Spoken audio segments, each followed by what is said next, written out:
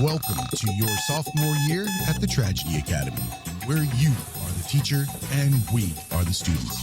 Together, we will learn from past tragedy to lay the foundation for a better humanity. The only supplies you'll need: an open mind and a sense of humor. So, tilt that chair back, talk out of turn, and never raise your hand. Because this is the Tragedy Academy, and class is in session. And I'm Purist Scott. Welcome to the Tragedy Academy, a show created to bridge societal divides in a judgment-free zone using candor and humor. My name is Jay, and today I'm joined by Andrew Nethery, film and commercial director. How you doing, Andrew? I'm good. Yeah. How about yourself? Doing real well. Been excited about this one.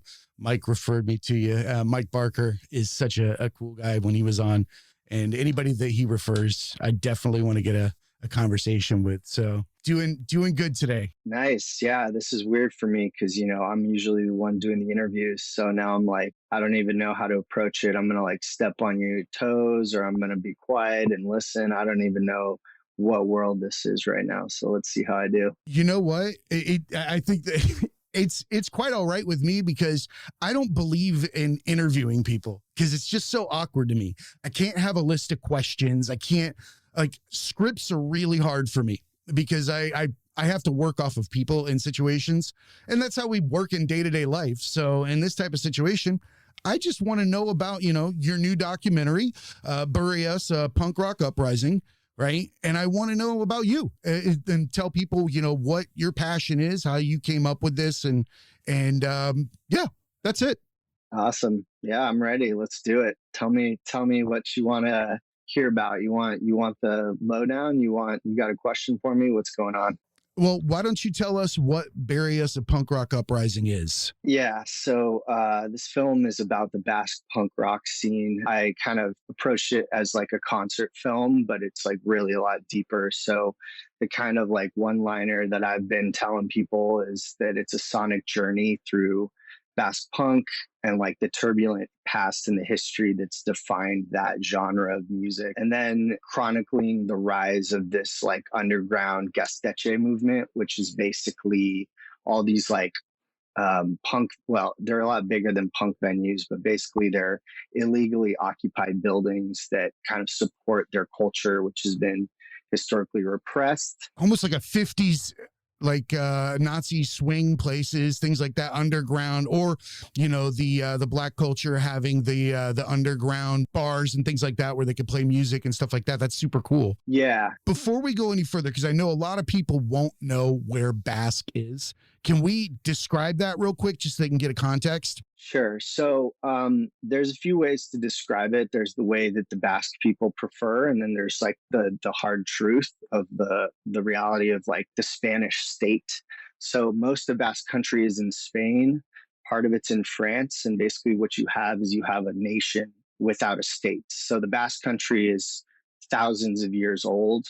Culturally, language-wise, they've been there for a very long time, but they don't have a country. So their land is in the northeast of Spain, basically. So if you've heard of a city called San Sebastian or Bilbao or Pamplona, most people know Pamplona from the Running of the Bulls. That's the Basque country.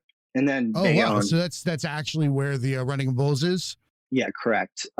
There's a lot more nuance to this, but there's like different parts of the Basque country, but in the greater, biggest sense that would be considered part of the Basque country, Navarra, technically. But yeah. So a huge societal and cultural divide there is what I'm hearing, a huge divide and probably a lot of anguish within that, just like any other area that when we separate people creates some very disharmonious situations. Yeah, well, there's like definitely a long history of repression under the Franco dictatorship, which people have not really gotten over. This guy was in power until the mid 70s. And, you still see the lasting effects of what a fascist dictator will do. And, people, most people, when I tell them about this film, it's like, oh man, I didn't realize Spain was this and that. And it's like, oh, well, in a lot of sense, like Spain is great. Like, I love the place. But the fact of the matter is, like, Hitler, Mussolini, they were knocked out of power in World War II, but Franco stayed until he died. And his dictatorship was never ended. You know, they slowly transitioned to democracy after his death, which was decreed by the king. They still have a monarchy. Yes, they are a democracy, depending on who you ask. But yeah, so it's kind of like this weird thing. I wouldn't say that there's like That's always a smoke and mirrors thing, because we understand that that's a money issue when you're in that type of situation, whether yeah, or not there's a monarchy or that type of situation. I can see how because I mean France is in just as much of a situation because they're so divided with so many different cultures there. I mean, from terrorism to, you know, the misunderstandings between all those different divides. I can't imagine. So you're tacking that onto Basque, onto Spain, and then I mean you could even go to Madagascar if you want.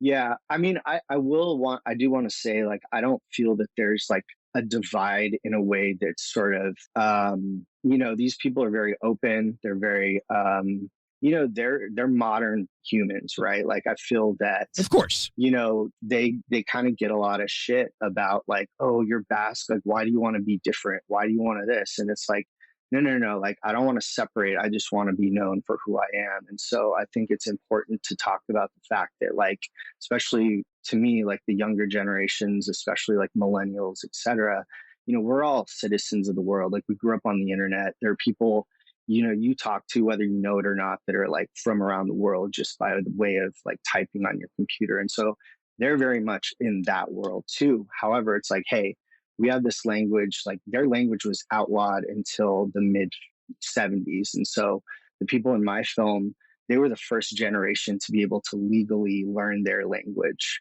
And so they're very proud of the Wow. fact that that language hasn't died, you know, and that's quite an achievement for them. I digress a little bit here, but you know, that's No, sort of the no. I context. actually I love this. I love this because you're pointing out something that's very it's it's a micro and macro issue, and it's a situation where I when you look at people you envy, because I'm going to say that the people in Basque may not realize it at certain points, but I feel like when someone is firmly authentic and they're expressing themselves with zero repression, that other people don't necessarily hate them. They hate themselves for not taking that step of authenticity to be them. So they represent everything that they won't do within themselves. And they're enclosed in two giant systems. These are large countries, and they've got so many people that have bought into it. And to look at them is to admit that they're in a situation that could let them be authentic if they were the other way. Right.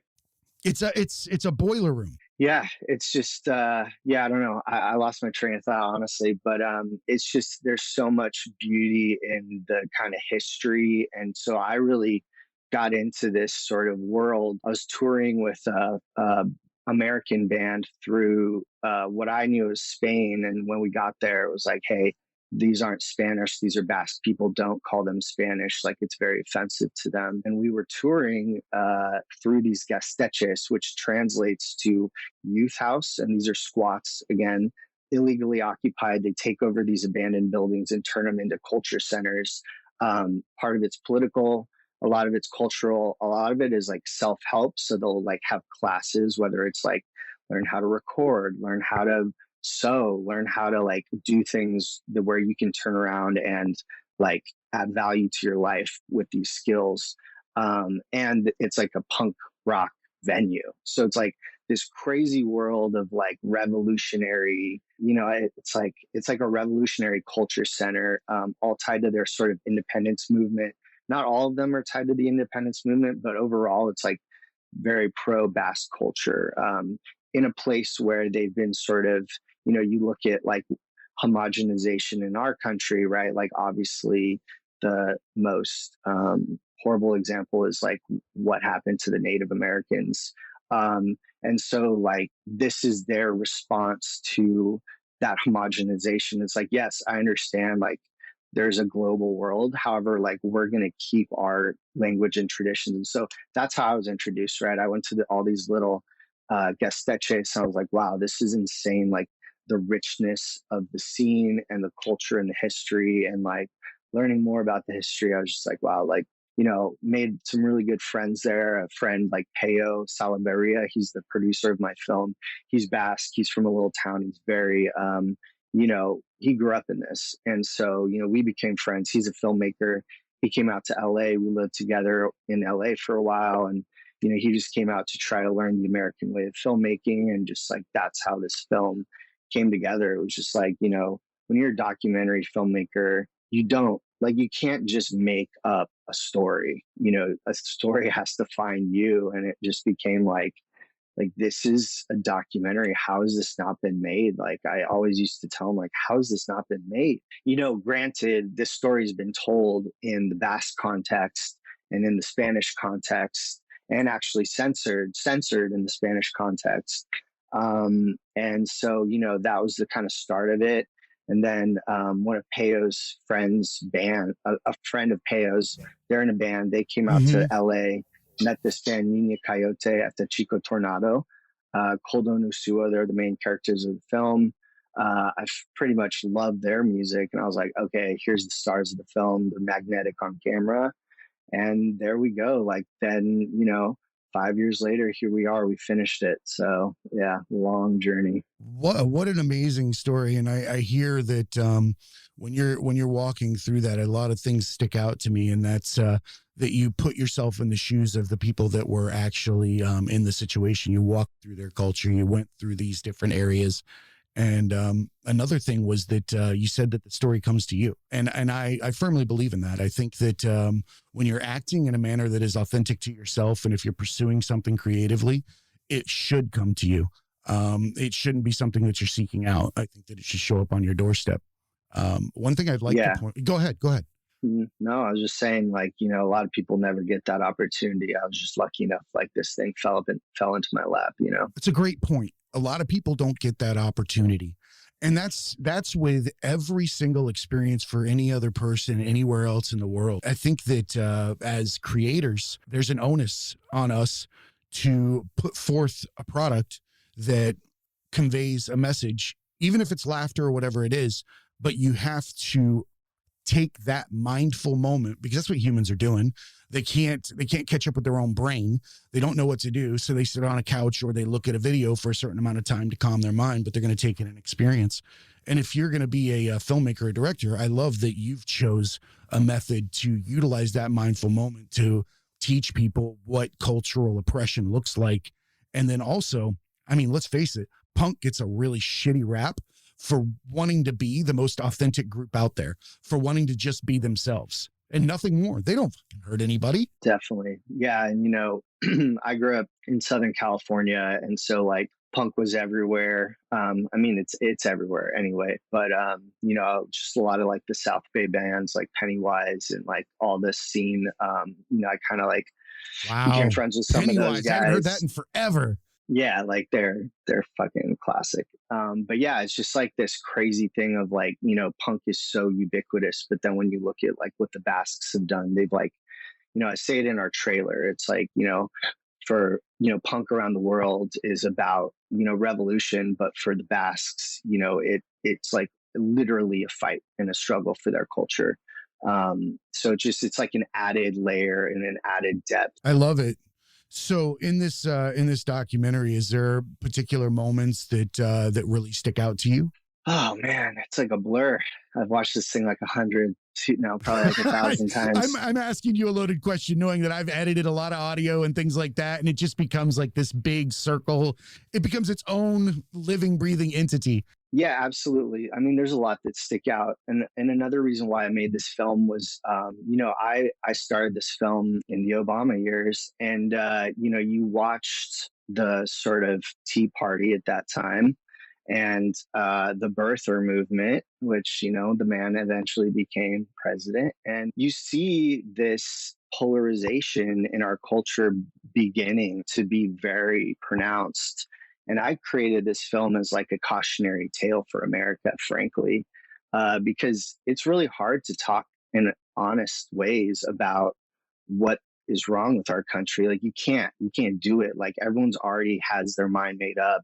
there's too Agreed. much to like I feel like maybe one-on-one people can talk, but like by and large it's impossible to bridge the divide that we have in our culture. And this was a long time ago that I started this. So anyway, what sticks out? No, no, Yeah, to let's keep that, going on this way. no, I'm getting to it. Don't worry, I'm Okay. getting to it. So what sticks out? I started this film as a cautionary tale for Americans because you saw it in Spain very pronounced. Like there is a climate of censorship there that every time I would do an interview, like it was very like, and my producer as well, he's Basque, and he was very conscious of this.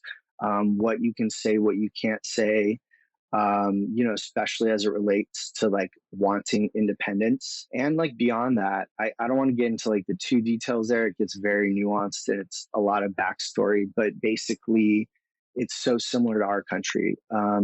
And I feel like when you kind of take an American out of our country and you put it in this world where you're like, oh damn, like that's censorship. Oh damn, like that's heavy. Like wow, like that's repression. And then you're sort of like, yeah, and like let's now like think about what that means in America, right? And so to me, like the part that sticks out to me is like the theme that I built into the film, which was, there's a climate of self-censorship in Spain. People like artists are arrested, charged, It's like the Dark censored. Ages. Yeah, but it happens here. It happens everywhere. Like it's Yeah, like really absolutely. obvious to like, and I don't want to like hate on Spain. Like I don't feel that I have like a right, frankly, to shake my fucking whatever at Spain, the country. But there are obviously isolated, like actually there are a lot of incidents where it's just like, wow, like you guys are literally trying to send this rapper to jail. You're literally sending a comedian, like a late night talk show host, to a judge for words that he's saying, jokes that he's saying. You're finding a Twitter user to be inappropriate and sending her to jail or to court. She didn't go Wow. to So no jail. freedom of speech whatsoever. Well, I mean, there is, but I mean, once you pick one word, there's none. They don't have what we have. We have, a Bill of Rights, and they don't. And for better or worse, right? Like there's the bad side of freedom of speech, but there's, to me, you need it. Like you need to have it no matter what, because like once you start litigating, like, oh, what's right and what's wrong, like it's never gonna end well. Yeah, like this Yeah, guy. that's an endless cycle. Yeah, and like we could talk about it in the Basque context, but the things I'm telling you about right now, I mean, Twitter, right? These happened in the last 5 years. There's a rapper who basically in his lyrics rapped about killing the king, and now he had to leave the country, and he lives, in Holland or something. He's not planning on going back because he will go to jail. There are a few things that are similar to that, which you said you kill the king. Like, people in America say stuff like that all the time, and Yeah, nothing just happens to them. go to our Twitter feed. That's Yeah, Twitter is nothing but that. right, right. For all of this to take place, I feel like you're giving them a voice, the voice that they don't have, as well as a cautionary tale. Would you agree with that? Yeah. I'm giving them a voice in an international context. I think internationally, a lot of people don't really know anything. I think in America, people don't really know a lot about the Basque Country. I don't know a lot about any country.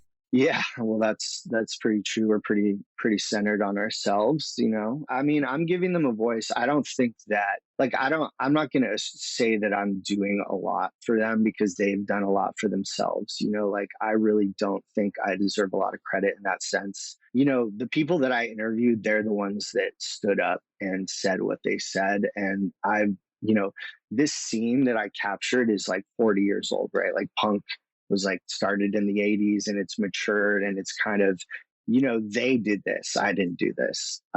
Yeah, I captured it, I was lucky, I found it, I'm bringing it to a new place, and I think I am pointing out things that like they are a little afraid to say, like this is censorship, like this is an American's understanding of a Spanish Basque problem, I guess.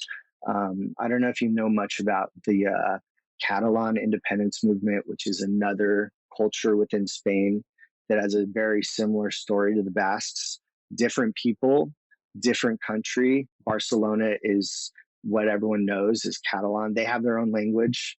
They have their own history of repression. And so I've always wondered how, you have things like, Portugal, and you got a whole different language that pops out of there that, it's obviously it's a Romance or a Latin language, but that is a vast difference in such a small span of space, all within one country. So I think maybe I didn't realize how sectioned the country actually is culturally.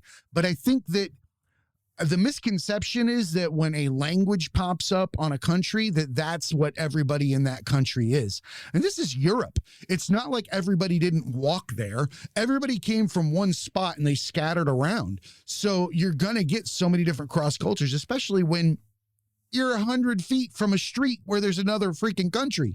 Just, it's like zip code to zip code. So there's got to be, it's been a melting pot long before the U.S. was a melting pot. And you can see that. And I like that now we're in a day and age where I don't think you give yourself enough credit, because as a documentarian, like I was saying earlier, there's an onus on creators to put things in front of people with that amount of time that they're spending there. And I think you're making a very good use of that. And I would argue that everybody there, if you ask them, they would be very appreciative of what you've done. They'd have a much higher praise. Hey, academics. Have you endured life's tragedies, trials, and tribulations? Did you adapt and overcome? Do you have advice for others to pay forward and want to be a guest? Then email us a brief 2 to 3 minute video to show@thetragedyacademy.com and tell us how our academics can learn and grow from these experiences. Thanks again for your support. And now, back to class. We premiered the film this past Okay. Saturday. I was we premiered it in Barcelona, which is not in the Basque country, but again, it's in Catalonia, which has a similar struggle and a much more imminent struggle. They voted they tried to secede from Spain in 2017. And the vote was like, you can't even didn't vote know that. to do that. Right. So think about this, right? You can't even vote to say, I want to be free. Right. And like, I don't know, think about that in California, for example. There's like this weird California. I'm from California. So there's like some people, we want California to be its own country. Right. So like, let's say you get enough people to put like, we want to be free of America on a ballot. That is illegal to do. That is literally illegal. It's against the Constitution of Spain to even bring that to a vote, even if it's just for a consensus. So they tried, and they were completely like squashed. And I think about 12 or so of the leaders of Catalonia independence are all in jail now. And so anyway, we premiered it in Barcelona because it just felt right. And yeah, everyone loved it. It was at a Basque Film Festival in Barcelona. So yeah, they liked it. So yeah, you received an award, didn't you? You received an award for the film.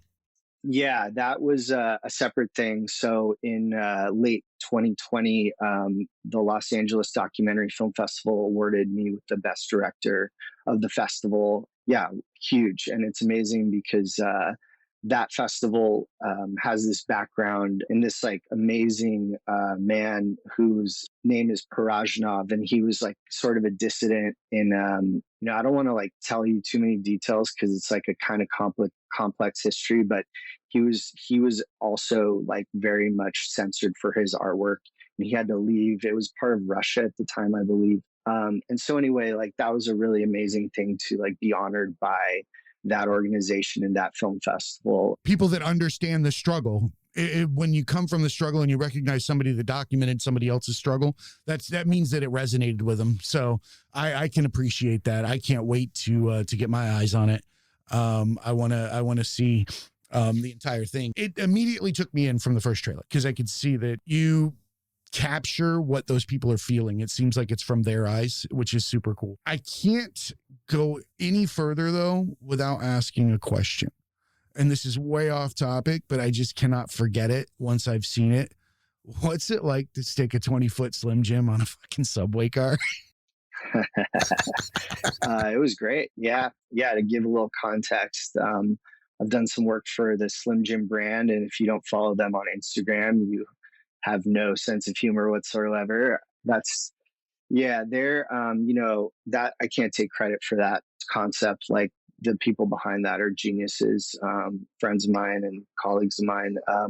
So yeah, they've like literally captured meme culture in a brand. There's no brand that does it better than Slim Jim. And so a colleague of mine, his name's John Lynn, and I came up with this concept to it was kind of inspired by the Instagram account Subway Creatures. I don't know if you're familiar, but No, I'm not, but I will be. yeah. So I've lived in New York for about 3 years now, and there's one thing you learn living here is like the subway is a very interesting place. And so someone created an Instagram account, which is like the creatures of the subway creatures, and it's just weird stuff. And so our whole thing was like, all right, how do we get on there? Like, let's do something weird and bizarre. And so we created a 20-foot long Slim Jim, and just like without any reason, just completely, just like randomly wandered around New York and like threw that thing in Times Square subway, and like it didn't fit sometimes. And like then, New Yorkers get a bad rap, by the way. Like everyone was helping out, like, oh, let's get that. Like clearly it was a marketing stunt, and people are helping like to get it into the subway. Like because it's a 20-foot Slim Jim. How can you not help it? And by the way, whoever put this thing together, because I was looking at it, I was like, is this a fucking pool noodle in plastic, or what is this? And I looked, and honestly, I couldn't tell because the plastic on the end of it looked like it had that meat stick end in it. So whoever put that thing together made it look like a legit Slim Jim. Yeah, it was a real Slim Jim. It was? We ate it. No. I wish. was like, Jesus. No, it was made by a professional fabricating company. I wish I could tell you the name because they nailed it. They completely nailed it. It was like real. Yeah. That was a fun day. That was a weird day. I was laughing hysterically. That's great though, because you know what, you're setting an example for people here, because you documented the people in Basque and their situation, which is amazing. And I think that you also set an example here, because what I see is all authenticity. I see a lot of creations where you didn't do things that were the cultural norm or what people would normally want people to say or act like or whatever. And that can be just being as silly as possible. And I think that's an example. I mean, if I could do anything, it would just be stupid and talk shit and be silly. Like that's who I am. And like this two-sided thing of like, I feel like weird, funny people also have this like brutal honesty. So maybe there's something to that. I don't know. But yeah, like I'm just a weird guy. Yeah. I'm just a weird guy making weird stuff. I love that though. Weird stuff is what makes the world go round. If you don't have weird things, then everything just becomes black and white. It's not fun anymore. It's really hard to sell through weird stuff. Just so you know, really hard. Like you have to see it to understand it usually. I totally get it. I've explained the concept of this so many different times because I'm an idiot. Like there are things within the last 70 or so episodes where I've said some things I never thought I would, being recorded. But I'll tell you one thing, recorded, when you listen to yourself recorded for long periods of time, it's like therapy because you get to hear that inner child scream. You get to hear like, I'm trying to be noticed, or other, weird stutters and things like that. And you start to realize that shit, this is actually a lot different than I thought it was. And you get to see it grow. You get to see that it's its own entity.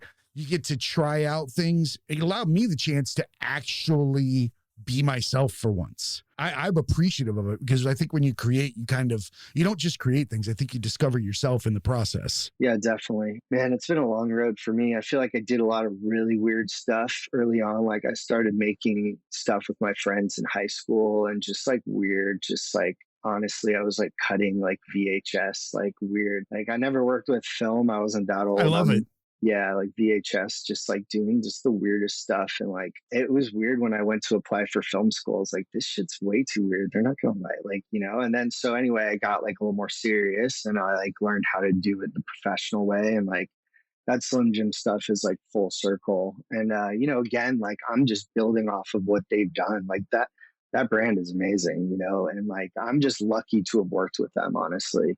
The other one that we did, It's the other always one full we did is circle. like, you know, Slim Jim did this collaboration with Tipsy Elves, which is like they make like weird onesies and stuff and like costumes. And so they made like a Slim Jim sock where you can like you can stash a Slim Jim in the sock, and like, you know, Macho Man. Yeah, It's Macho fucking Man Randy amazing. Savage, like the jacket, and there's like a Slim Jim holder here. And so like, It stays oh warm yeah, too that's what against the you side want. of your Just arm yeah, and your leg. That's no, you amazing. You want don't it want a cold Slim Jim. 98.7 That's weird. degrees. And if not that, you want it 69 degrees, by the way, you know. Yeah, I'm with that too. that's their joke. That's We actually amazing. did the first branded or the first paid advertisement for Slim Jim on Instagram, and it was 269 jokes. Like that's what those guys are up to. I love that kind of humor because it's basically just making fun Yeah. of everybody's hang up. Everybody's hang up. It's a fucking Slim Jim. Yeah. All right. And what you guys are thinking about. I love anything that mocks the overarching theme, but in a manner where it Yeah. doesn't affront people. And that is how you do it.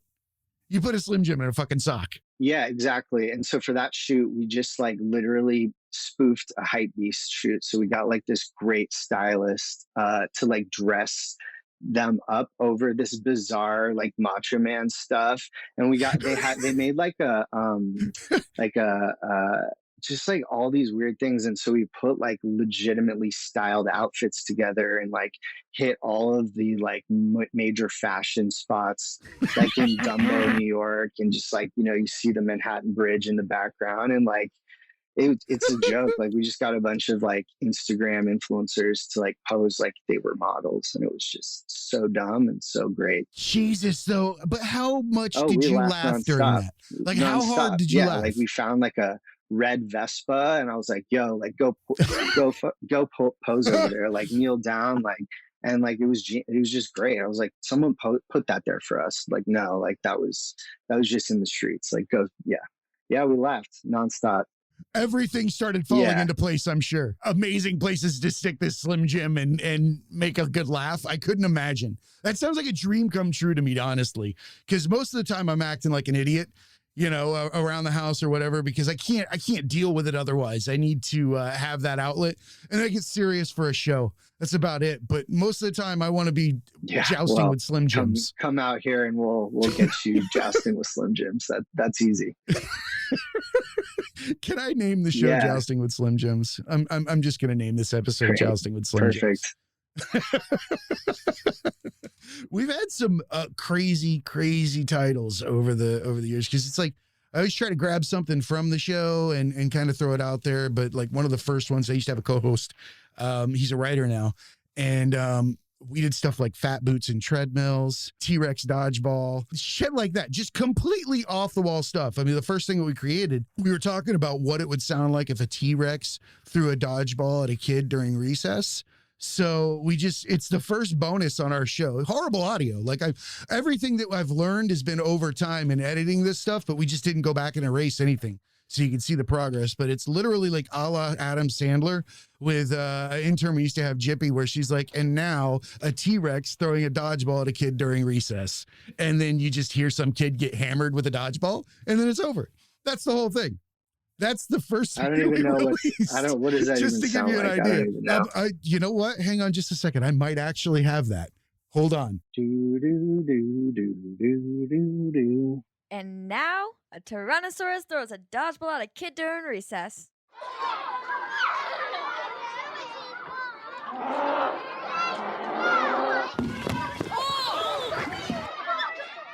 Oh my God. That's beautiful. You can't unhear that. That's beautiful. That's bold, you know, that you're really sticking up for those T-Rex, the little limbs of those T-Rexes. You know, that's like a bold statement. Right? He had a gun. Did you hear that cannon? Yeah, that Did was you hear a lot. that cannon? So I do appreciate the nonsense that goes along with things like this. You gotta have a sense of humor. Otherwise, you can't get through the serious stuff like you just, discussed. It takes both sides. You got to have an outlet. In this nonsense world, like, you got to have a nonsense humor. Like, have you noticed how bizarre humor has gotten in the last 5 years? And I talk mostly about meme. It's beautiful. It's beautiful. Comedy is just like, what? Wow. The darker, the better, if you ask me. I've always been a fan of comedy. I talk about this a lot. I'm a fan of comedy for especially stand-up in large venues and things like that, or even small venues, for two reasons. As long as it's a comedian that has like an understanding of reality, and most of them do, they're struggling, they're tortured souls usually, so they see the holes in society, kind of like a Carlin, but you use that platform to call out really, really, really important things, but nobody in the room is on the carpet. Everybody in the room can laugh with everybody else. They can be like, yee. Afterwards, they can be like, all right, I better not do that anymore. But they weren't called out in front of everyone, Absolutely. but they were. So they got to learn a lesson without learning a lesson. I feel like that's one of the best ways to bridge divides. Yeah, for sure. I mean, I grew up on Chappelle. Like, the man is a genius. He's one of my favorites. I just had the Chappelle Show on like 2 days ago because I found it on HBO Max, and I was like, son of a bitch, they have all the seasons, and it was playing in the background of the house for probably 2 days solid. My wife finally was like, you got to turn that shit off. It's still so relevant. Probably It's more beautiful. relevant now. Yeah. Isn't it? Yeah. It really is. It almost confirms it does confirm everything that was said then, and it just is repeating itself. He's such an enlightened dude. He really understands things. One of my favorite artists out there. Yeah, I don't know what to say about him. He's amazing. Call me. No, I'm just kidding. Yeah, he's great. He's great. Yeah, seriously. Right? And then he had to peace out for a few years just because the world was too fucked up. People don't realize that. I think celebrities get a really, really, especially actors and musicians and stuff. The artists, they really get a bad rap and they really get abused. But in all reality, they're the ones that are studying humanity to replicate what it is that they feel or do. How the hell are they not going to know what people feel like or do? Nobody else does that. It's not like in school you become a method actor for a year where you have to be different people or something, which they probably should fucking do. You want to learn empathy, make somebody live like a homeless man for a day or a week. That'll make you understand what it's like, but they always get a bad rap, and no, for all intents and purposes, they've seen both sides of the tracks usually, because most artists don't come from money, or anything like that. So they struggled to get their art, and then they have to struggle to defend their position next to it. And it's super sad. Yeah, definitely. I don't even know where to begin with that. I've definitely have a couple friends that, are big name people, and, there's like the perception of who they are. And then there's like the reality, and, obviously there's truth to both, but, I can see how both lives clash in a moment, and then you're also standing on display for everybody in the world to look at. And nobody wants to, because they're going to have the same human experience, only on a giant scale. So everybody would not want a camera on them their entire, 24/7 at everything they're doing. Like, you can't even like catch a hard booger when nobody's looking, because you're going to get caught picking it. That sucks, man. Yeah. I don't want to be famous. I have zero desire, because I couldn't imagine not being able to pick my butt, when I had an itch or something like that. That's not cool. That's too many Can we get rid of eyes. these paparazzis already? What the fuck is that shit? Honestly, that whole class of people needs to go away. We need to not give them an audience. Good luck with that. Yeah. That's the problem. Exactly. So long as the audience exists, so long as there's a consumer of that horrible misrepresentation of things or isolated moments in people's lives, could you imagine being summed up in a picture? It's sad. A picture immortalized in your worst moment in life. Really shitty things people doing it never on camera. Boy, they would have a whole different tune. Also, how do you expect somebody to fucking operate with a shit ton of money when they've never had it? The hierarchy of needs are really different for somebody that grew up poor versus somebody that's had money. And also everybody that mooches on them on the way. That's got to be an island. Oh, yeah. Yeah. Yeah. I mean, I'll take it, though. I'll take all that. Like, if I got the money and the fame, like, that's all right. I'll figure it out. they're still living a good life. Like, let's be real here. But yeah, I mean, No, I agree. I agree. However, with that, there's also, it does have there's a cross to bear.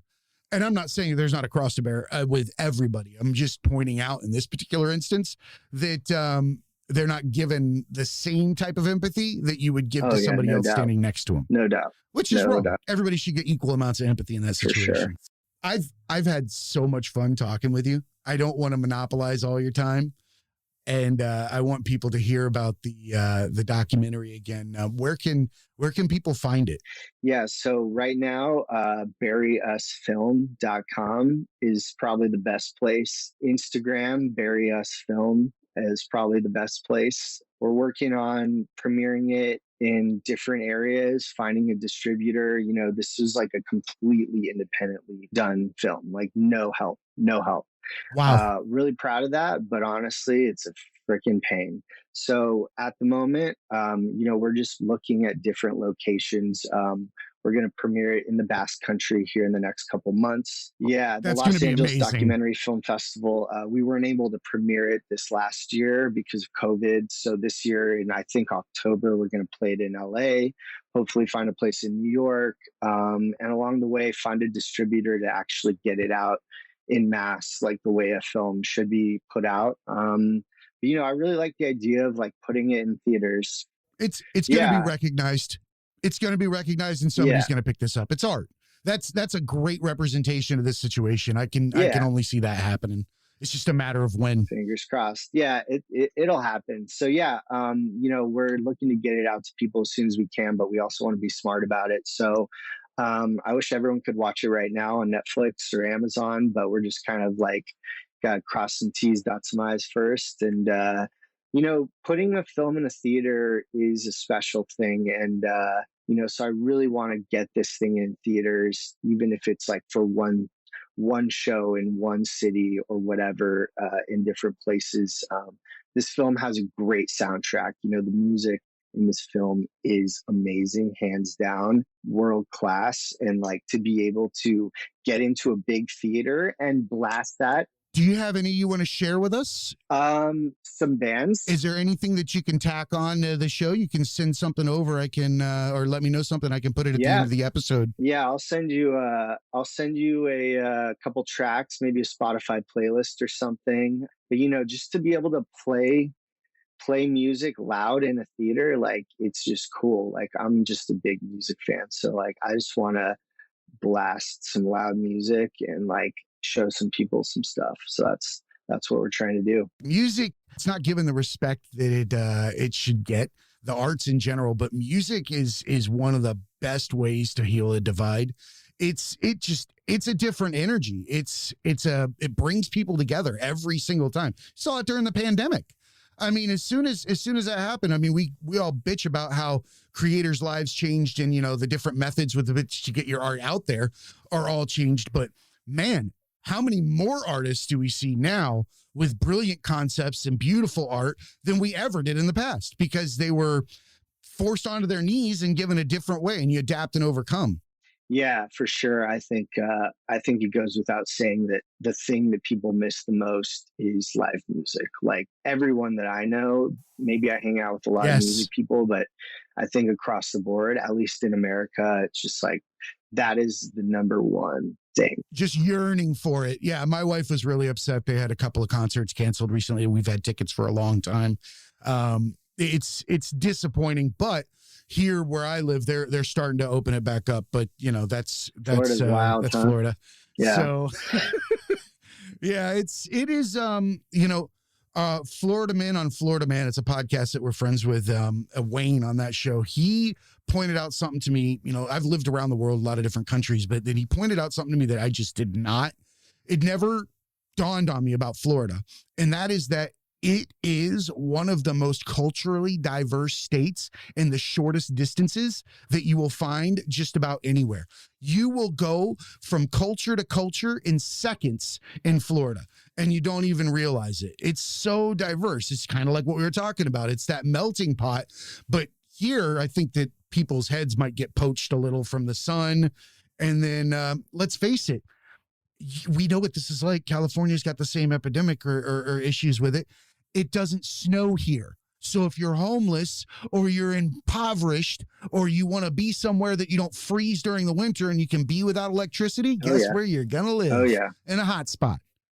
It's just what happens, you know? And also there's a sunshine law here. Spring break forever.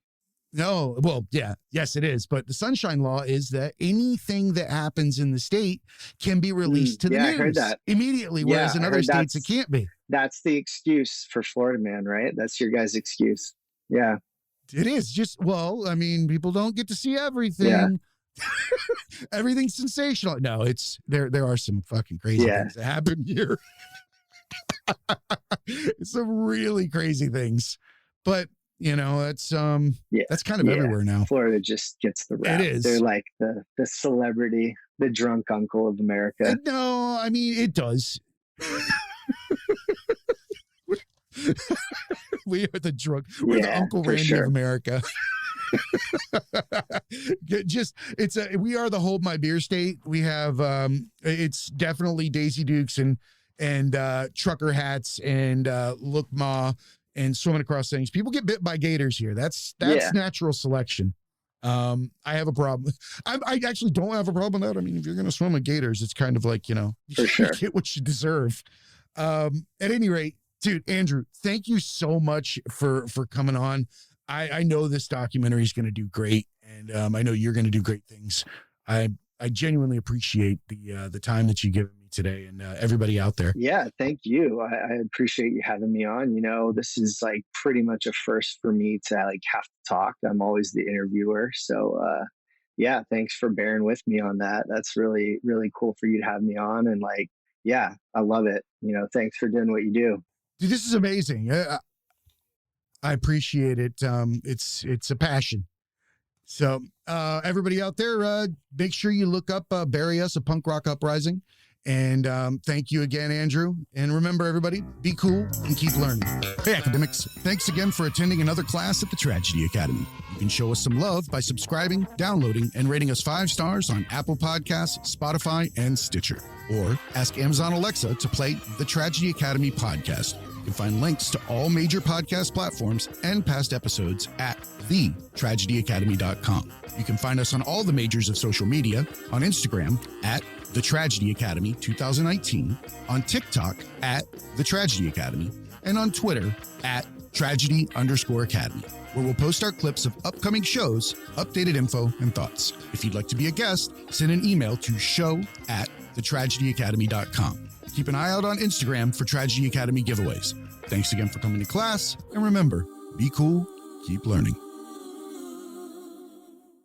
What's up, academics? This is Jay. I'm here to talk to you about Into the AM. This is a clothing and apparel company that I came across last year that has the absolute coolest designs. And the reason why I was attracted to it is because I grew up without a lot of money, like many others, and had to shop on that outlet rack with the irregular items. Things like the fly was over 4 inches to the left, or the right sleeve would be twice the size of the left. It looked like I was growing horizontally. Like, it's okay, honey, you'll grow into your left arm. So you really don't get a chance to express yourself the way that you want to. You go into life, you start putting on suits, you start putting on uniforms, and you realize you'd never had a chance to truly express yourself. Enter Into the AM, a team of artists and creators who share a common vision. They see clothing as a canvas to express what drives you. Since 2012, they've developed premium apparel that elevates self-expression and provides unparalleled comfort for wherever your passions take you. Into the AM's passion for change is the driving force behind their brand. They remain committed to creating products that inspire and promote self-expression by partnering with like-minded organizations focused on giving back to communities in need. Last year, they donated 1% of all revenue from their graphic tees collection to the Art of Elysium charity. The Art of Elysium is an artist organization built on the idea that through service, art becomes a catalyst for social change.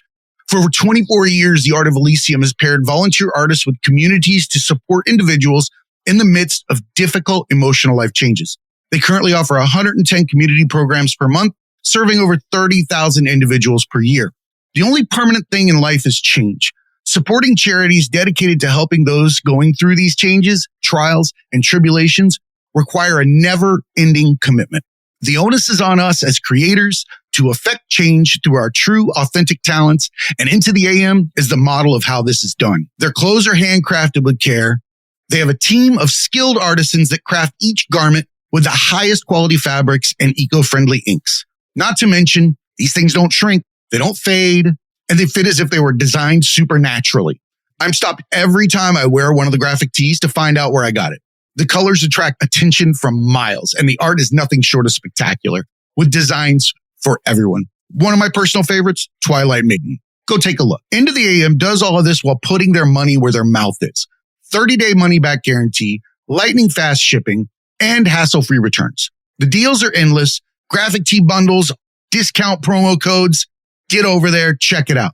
I'm highlighting the tees, but I'd be remiss to not mention that if you want to walk around in the absolute most comfortable shorts, joggers, and basic tees, hit up Into the AM. I even wear the basics to the gym. Head on over to thetragedyacademy.com, go to our sponsors tab, and follow the affiliate link to the Into the AM store. Help support Into the AM and the Tragedy Academy by purchasing the absolute best apparel and the best designs ever. And remember, academics, be cool and keep learning.